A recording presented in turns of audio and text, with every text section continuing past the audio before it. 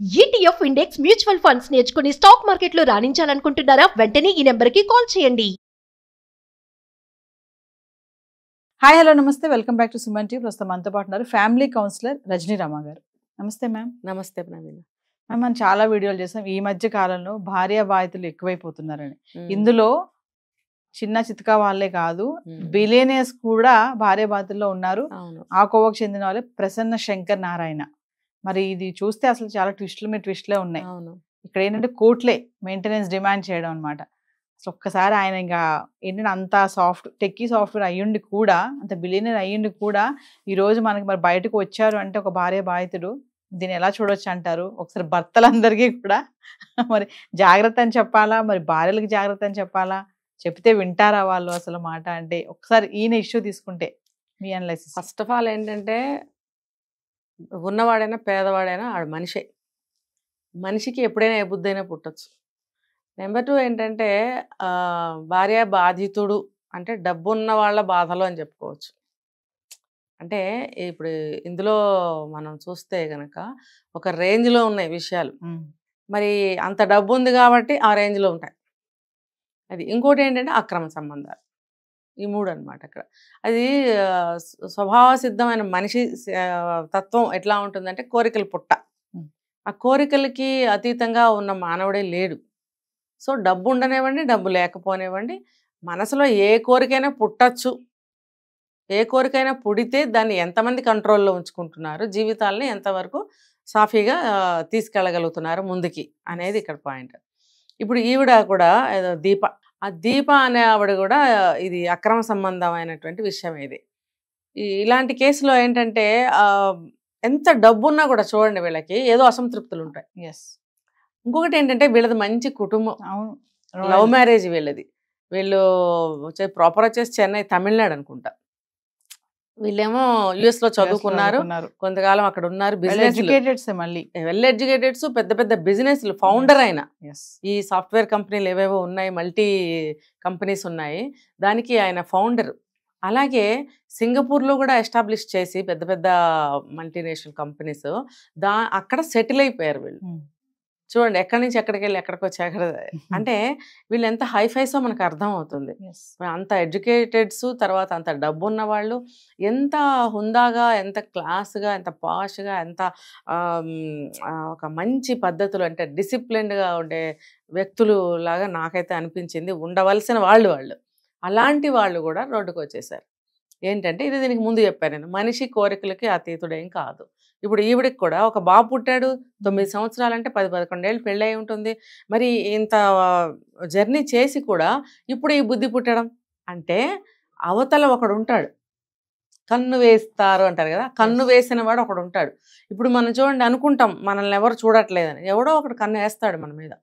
అందుకనే చెప్తారు చాలా జాగ్రత్తగా ఉండాలి, ఎవరి కన్ను పడకూడదు అని అంటారు.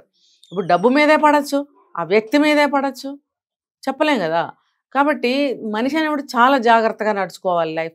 ప్రపంచంలో ఎక్కడైనా కూడా జీవితంలో నడిచే ప్రతి అడుగు, వేసే ప్రతి అడుగు జాగ్రత్తగా ఒళ్ళు దగ్గర పెట్టుకుని జీవితాన్ని గడుపుకోవాలి. లేకపోతే ఎవరు ఏ టైంలో కన్నేస్తారో మనకు తెలియదు. ఇప్పుడు అలాగే ఈ వీళ్ళ జీవితాల్లో ఒకడు కన్నేసాడు, వాడు ఎవడనేది మనకు అనవసరం. ఏ రకంగా వచ్చాడు, అందులో ఎంప్లాయా, పార్ట్నరా, లేకపోతే ఫ్రెండా, మనకు అనవసరం. ఇదంతా కన్ను అయితే వేశాడు. వేసినప్పుడు ఈ అమ్మాయి ఇంత లైఫ్ లీడ్ చేసి జర్నీ చేసి అతనితో, దట్టు లవ్ మ్యారేజ్, చక్కగా ఫ్యామిలీ నడుస్తుంది, ఎంత ముచ్చటైన ఫ్యామిలీ, చాలా బాగుంది. ఆ అబ్బాయి కూడా బాగున్నాడు, ఈ అమ్మాయి కూడా బాగుంది, దేనికి లోటు లేదు, చక్కగా ఉన్నారు. ఆ అమ్మాయికి పుట్టిన బుద్ధే సరిగ్గా లేదు. అవతల వాళ్ళు ఏమైనా మనకి లోబర్చుకోవాలని ప్రయత్నాలు చేయొచ్చు, అట్రాక్ట్ చేయొచ్చు. మన బుద్ధి, మన కంట్రోల్ ఏమైంది, మన వ్యక్తిత్వం ఏమైంది, మన ప్రిస్టేజ్, చదువుకున్న చదువు, ఎంత ఎటువంటి స్థానంలో ఉన్నారు వీళ్ళు. ఆ ప్రిస్టేజ్ని కూడా మర్చిపోయి ఇటువంటి తక్కువ పని, ఇటువంటి తప్పుడు పనికి ఆమె లోన్ అయింది. అంటే మనిషి ఈజ్ ఈక్వల్ టు కోరిక, అంతే. కోరిక జయిస్తుంది ఇలాంటి వాళ్ళ విషయంలో. ఇక్కడ కూడా అదే జరిగింది. ఇది ఎంతవరకు ఇది శాశ్వతమా అనేది ఆలోచించుకోవాలి. భర్త, జీవితం, పిల్లలు ఇది ముఖ్యం అని అనుకోలేకపోయింది తను. అంటే కొంతమంది అలా అదే ఇంపార్టెంట్ అనుకుంటారు. కమింగ్ టు మేడం భరణం విషయంలో అదే. తర్వాత ఆమె అనేక కేసులు కోర్టులకు వెళ్ళడం, చెన్నైలో కేసు వేయడం, అతను వేస్తే అక్కడ మరి అక్కడ పోలీసులు మరి ఏం చేశారు, మన ఇండియన్ ఇది ప్రకారం వాళ్ళ ఇన్వెస్టిగేషన్ ప్రకారం మరి ఈ అబ్బాయినే ఇరికించారు అంతే కదా. మరి ఆ అమ్మాయికి చెప్పిందే వింటారు. మరి దాని గురించి మనం ఏం చెప్పాలి? ఎంతో మంది పాపం చెప్తున్నారు. మొన్న ఒకటి విన్నా నేను, మేబీ కోర్టు మూవీలో అనుకుంటా, లేకపోతే ఎక్కడ విన్నా నేను. ఏమంటున్నారంటే మన ఇండియాలో న్యాయ వ్యవస్థ ఎలా ఉందో చెప్పడానికి నిదర్శనం పెండింగ్లో ఉన్న కేసులు, తర్వాత ఎవరికైతే జడ్జిమెంట్ ఇచ్చామో ఆ కేసులు, జడ్జిమెంట్ ఎలా ఇచ్చారు, న్యాయం జరిగిందా, అసలు జరిగిందా, ఎన్ని కేసులకు న్యాయం జరిగిందని క్వశ్చన్ చేశారు. కాబట్టి న్యాయ వ్యవస్థ ఇలా ఉంది, కేసులు పెండింగ్లోనూ ఉన్నాయి, జడ్జిమెంట్ అయిపోయిన వాటికేమో న్యాయం జరిగిందా అని ఒక క్వశ్చన్ నడుస్తుంది. సో మన న్యాయ వ్యవస్థ అలా ఉంది కాబట్టి ఏదో ఆయనకి అన్యాయం జరిగింది, ఆ అమ్మాయి గెలిచింది. ఇది 9 కోట్లు భరణం. అంటే ఇప్పుడు ఆయనకి అన్ని వేల కోట్లు ఉన్నాయి కాబట్టి ఆయన ఇవ్వగలిగాడు. ఇప్పుడు ఇది దృష్టిలో పెట్టుకుని ప్రతి అమ్మాయి, ఇప్పుడు మనం చాలా కేసులు ఈ మధ్య చూసాం, భరణం కోసం అని చెప్పి అతుల్ సుభాష్ బెంగళూరు, అతను ఒక సామాన్యమైనటువంటి సాఫ్ట్వేర్ ఎంప్లాయీ, అతన్ని కోట్ల మీదే డిమాండ్ చేసింది. అతను మరి తలతాకొట్ట పెట్టి ఎలా తీసుకొచ్చి పాపం ఇచ్చాడు, కానీ ఆ బాధ భరించలేక ఆత్మహత్య చేసుకున్నాడు. ఇప్పుడు ఆవిడ హ్యాపీ, తన లైఫ్ తను లీడ్ చేస్తుంది. తప్పు తను చేసింది తప్పు కదా, పాపం. ఒక వ్యక్తిని పొట్టన పెట్టుకుంది, అది పాపం. అలాగే జరుగుతున్నాయి చాలా వరకు. భరణం పేరు మీద ఆ వ్యక్తిని మానసికంగా కూనీ చేయడము, ఆస్తిపాస్తుల్ని కొల్లగొట్టుకోవడము, ఇది ఎంతవరకు కరెక్ట్? కావాలని కూడా మేడం ఇక్కడ ఒకటి ఆలోచిస్తే, మహిళలు కావాలని కూడా అంటే కుటుంబాలను ఇట్లా విడదీసుకోవడము, ఈ భరణం మెయింటెనెన్స్ వస్తుంది అని చెప్పి కూడా ఇల్లీగల్ కాంటాక్ట్స్ పెట్టుకోవడము, భర్తల్ని ఇలా వేధించడము, అంటే ఇలా చాలా తయారవుతున్నారు. అంటే దీన్ని ఈ భరణం కోసమే ఇల్లీగల్ కాంటాక్ట్స్ పెట్టుకున్నారు అంటే నేను చెప్పలేను, కానీ వన్స్ ఆ ఇల్లీగల్ కాంటాక్ట్ పెట్టుకున్న తర్వాత ఆ వ్యక్తికి, ఆ అమ్మాయికి అటువంటి ఆలోచనలు కనుక వస్తే, విడిపోవాలి, విడిపోయినా కూడా నాకు భరణం వస్తుంది అనే ఆలోచనలు చేస్తే మీరు అన్నట్టు అక్రమ సంబంధాన్ని ఇంకా కొనసాగిస్తుంది, భర్త మీద భరణం కోసం కేసు వేస్తుంది. కొన్ని కేసుల్లో ఏంటంటే ఏదన్నా తేడా వస్తే కేసు వేయడము, భరణం ఎక్కువగా అడగడం అనేది కూడా జరుగుతుంది. అయితే ఏమైనా సరే అక్రమ సంబంధం పెట్టుకుని అదంతా బయటపడి ఇంకా దారి లేదు, విడాకులు తీసేసుకోవాలనుకున్నప్పుడు చాలామంది, అందరూ చేస్తున్న పని ఇదే. చేసింది నువ్వు తప్పు, అతను భరణం ఎందుకు నువ్వు తీసుకోవాల్సి వస్తుంది, ఎందుకు అతను ఇవ్వాలి? ఇవి కూడా మరి మనం చెప్పుకోకూడదేమో, చట్టాలు మారాలి, తీర్పులు మారాలి. పైపెచ్చు ఇంకా అతని పైన ఇప్పుడు ఈ ప్రసన్న శంకర్ పైన వైఫ్ ఏంటంటే కామ పిశాచి, నన్ను అట్లా ఇట్లా టార్చర్ చేస్తాడు అని చెప్పేసి అంటున్నారు. అవును, ఉల్టానే పెడుతున్నారు. ఇప్పుడు ఆవిడ చేసింది ఇదంతా కూడా ఆవిడకి చెందాలి ఈ మాటలన్నీ. మరి అతను కూడా చాలా సున్నితమైన మనసు కలిగిన వాళ్ళనే ఉన్నాడు. తర్వాత అంత బిజినెస్ మ్యాను, సమాజంలో ప్రపంచవ్యాప్తంగా ఇప్పుడు అతనికి ఎంత బ్యాడ్ నేమ్ వస్తుంది. ఇప్పుడు ఒక కంట్రీ కాదు, ఇక్కడి నుంచి మళ్ళీ వెళ్ళి సింగపూర్లో కేసు వేసి అక్కడ అతను ఇవన్నీ చేశాడని చెప్తే వాళ్ళు కూడా ఎంత నమ్మలేదు, ఫేక్ అని తేలిపోయింది. మళ్ళీ బాబుని తీసుకుని అమెరికా వెళ్ళిపోయి అక్కడ కేసు పెట్టింది, మరి అక్కడ కూడా నడవలేదు. మరి చివరికి ఇండియాలోనే ఎలా జరిగింది అంటే ఇంకా ఎక్స్ట్రా భరణం కోసం. ఇప్పుడు ఆ అమ్మాయి సహజంగానే డబ్బు గల వ్యక్తి అయి ఉండొచ్చు, ఫ్యామిలీ అయి ఉండొచ్చు, ఇతని దగ్గర తీసుకున్నది కూడా ఎక్కువ మొత్తమే. ఇంకా ఎందుకు అత్యాశకు పోతే ఏమవుతుందంటే అవమానం పాలవుతారు. ఇప్పుడు అదే జరిగింది.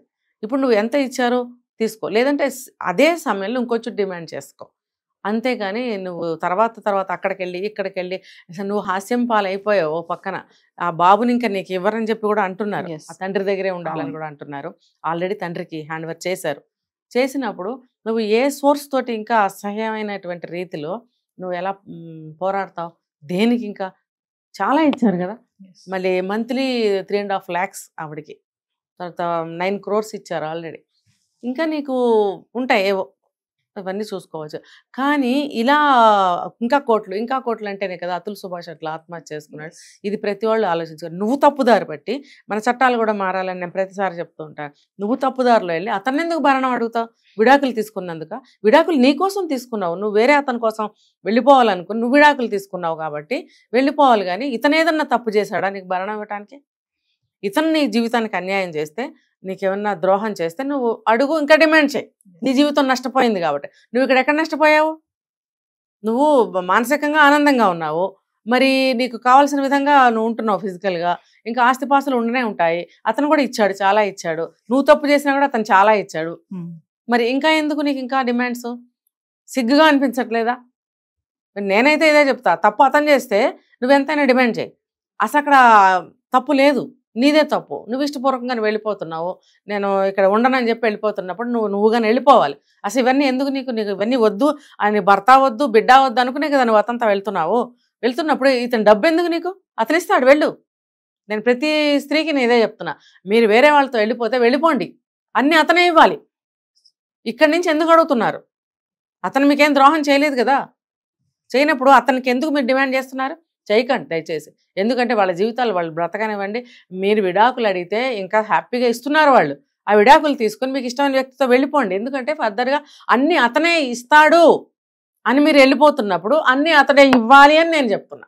Thank you ma'am.